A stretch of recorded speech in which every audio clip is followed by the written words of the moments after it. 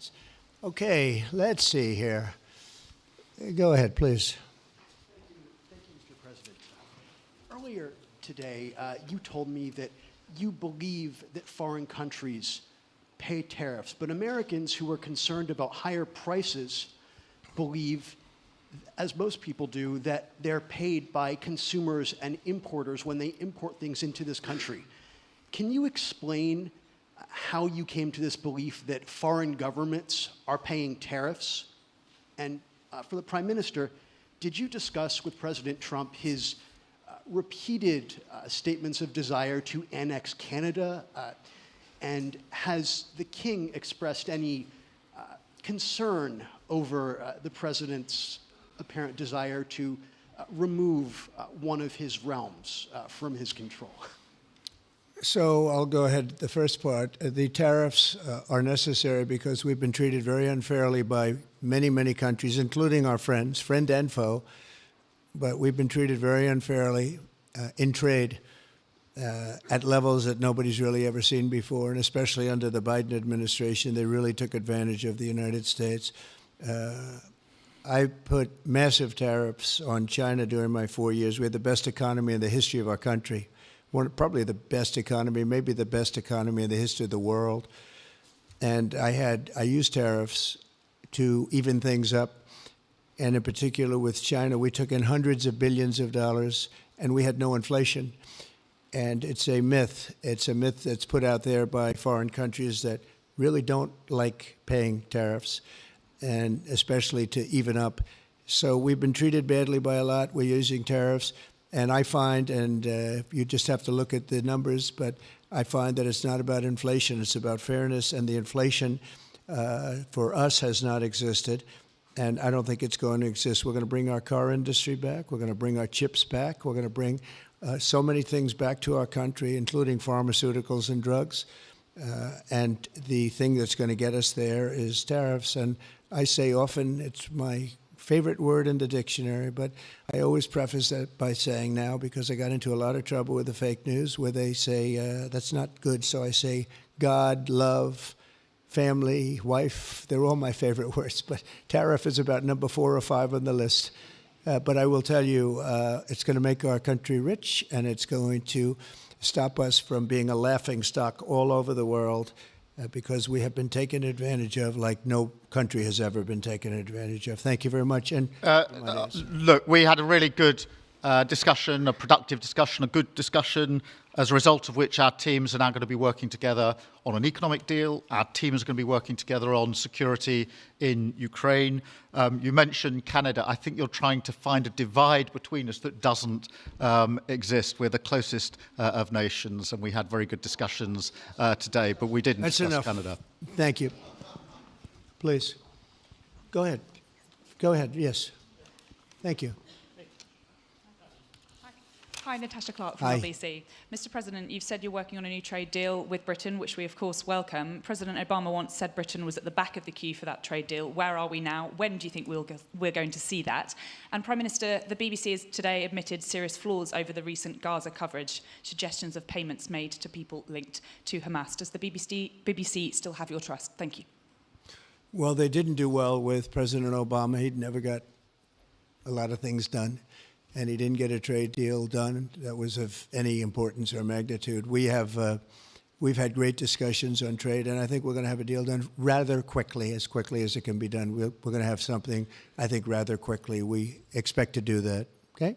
Please. On the BBC, look, I've been concerned about the programme in question. The Secretary of State had a meeting with the BBC. I think it was yesterday, it could have been the day before. Thank you. Jeff, go ahead. Thank you, sir. Pardon me. Mr. President, do you support Article 5 of the NATO treaty? And are you concerned that it might be triggered if European peacekeeping forces end up in Ukraine? I support it. I don't think we're going to have any reason for it. I think we're going to have a very successful peace, and I think it's going to be a long-lasting peace. And I think it's going to happen hopefully quickly. If it doesn't happen quickly, it may not happen at all.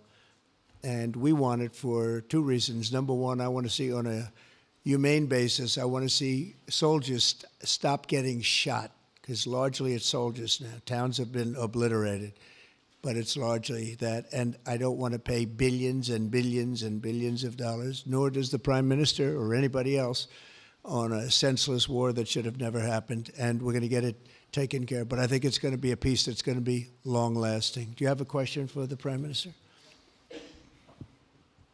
Thank you. Mr. Prime Minister, you were asking the President today about a backstop for Europe if the peacekeeping force ends up in Ukraine. Did you feel like you got a satisfying answer for yourself and for Europe? And Mr. President, if you want to comment on that as well, please do. I felt we had a very productive discussion. Obviously, as the President says, the deal has to come first. But yes, our teams are going to be talking about how we make sure that deal sticks, is lasting and enforced. So our teams will be talking about that. Okay. Please, Blue. Mr. President, some experts think it could take more than a decade to mine the precious minerals from Ukraine. How much should the U.S. expect to receive, and when do you expect to see that come to fruition? Well, we're never going to know that answer, but by our being in Ukraine and doing the exploration and also the digging and taking the rare earth, which we need in our country very badly, we'll be doing a substantial amount of work, probably about at least what we have in there, and we hope to be able to do that. You never know when it comes to that. You know, you dig and maybe things aren't there like you think they're there, but we'll be spending a lot of time there. It'll be great for Ukraine. It's like a huge economic development project, so it'll be good for both countries, okay? Please. Prime Minister, excuse me, Prime Minister, you've talked about putting British soldiers' boots on the ground in Ukraine in the event that President Trump succeeds with his peace deal. But can you do that without a firm assurance that America will have our back in the form of some kind of security guarantee were Putin to breach that agreement? And Mr. President, tomorrow you're seeing President Zelensky to sign this deal on minerals and energy that could be hugely important to the United States. Will you take the opportunity to apologize to him for calling him a dictator while praising Vladimir Putin, who is a dictator?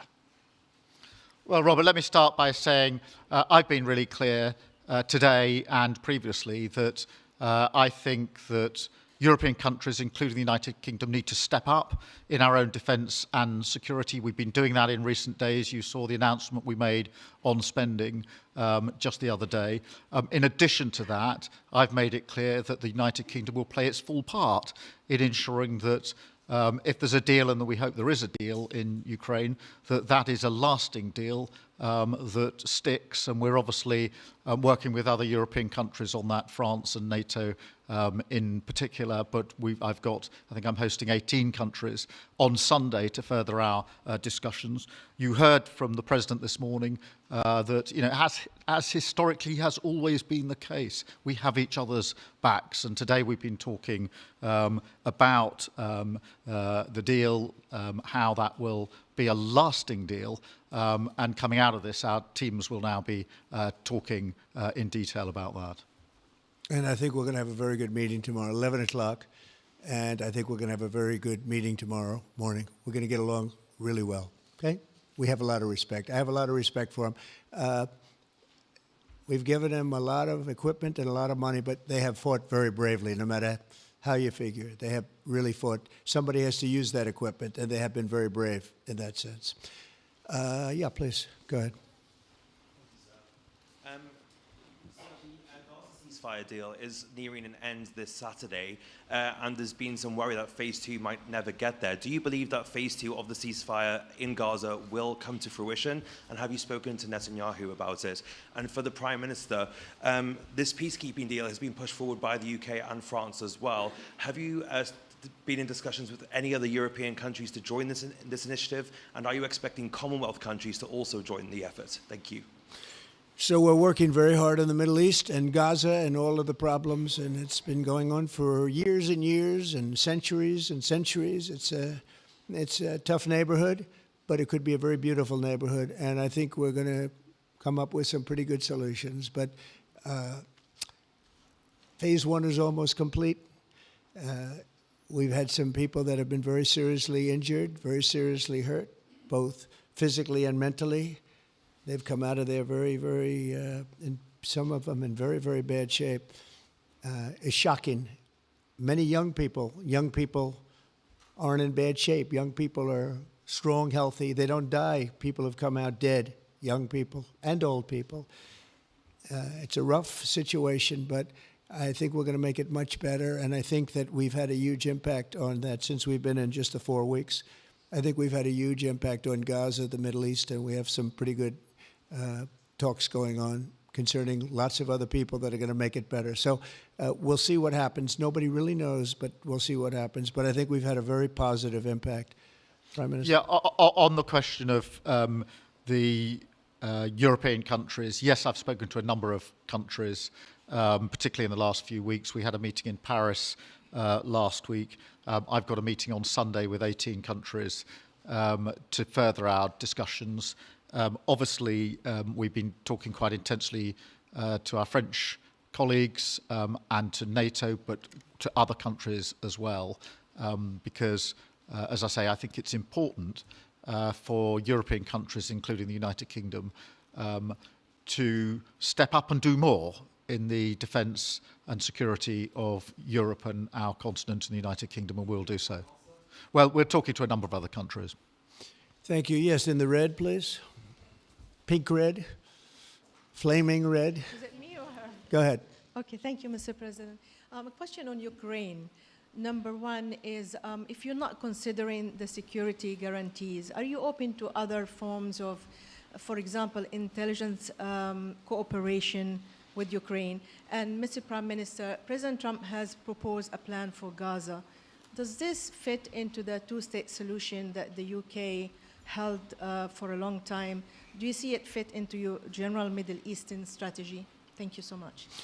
Yeah, thank you very much. We're open to many things, but before I even think about that, that's almost pleasant to think about because that would mean that peace has been arrived at. We have to arrive at that peace. And, you know, you went 3.5 years with an administration that never even really had a meeting. They didn't have a meeting on peace. And there was no prospect of peace. I think, frankly, Russia wanted to go through the whole long deal. I don't think they do anymore. I don't think they do. We had a very big impact on that whole situation. But I don't like talking about phase two until I get phase one. Phase one is I have to make peace. And we have to get Russia to agree. We have to get Ukraine to agree. And I think we will, I think we've come a long way. I believe we're going to get it done. I wouldn't say that if I didn't think so. And I think it will be very important, very historic, and we're going to save a lot of lives. On the question of Gaza, the last few weeks of the ceasefire have been very impactful. And for me, there are two images that I remember more than any other. The first is Emily Viory, who is British, being reunited with her mother. You may remember she had her fingers missing after what she endured. That was an incredible moment. I'd spent a lot of time with her mother whilst she was held captive, and her mother went through absolute torture. The other image was thousands of Palestinians marching through rubble, trying to return to their communities and their homes. So we have to do everything we can to ensure that the ceasefire continues, so that more hostages can be returned, so that aid can be brought in that's desperately needed. We need to allow Palestinians to return and to rebuild their lives, and we must all support them in doing that. And yes, I believe that the two-state solution is ultimately the only way for a lasting peace in the region.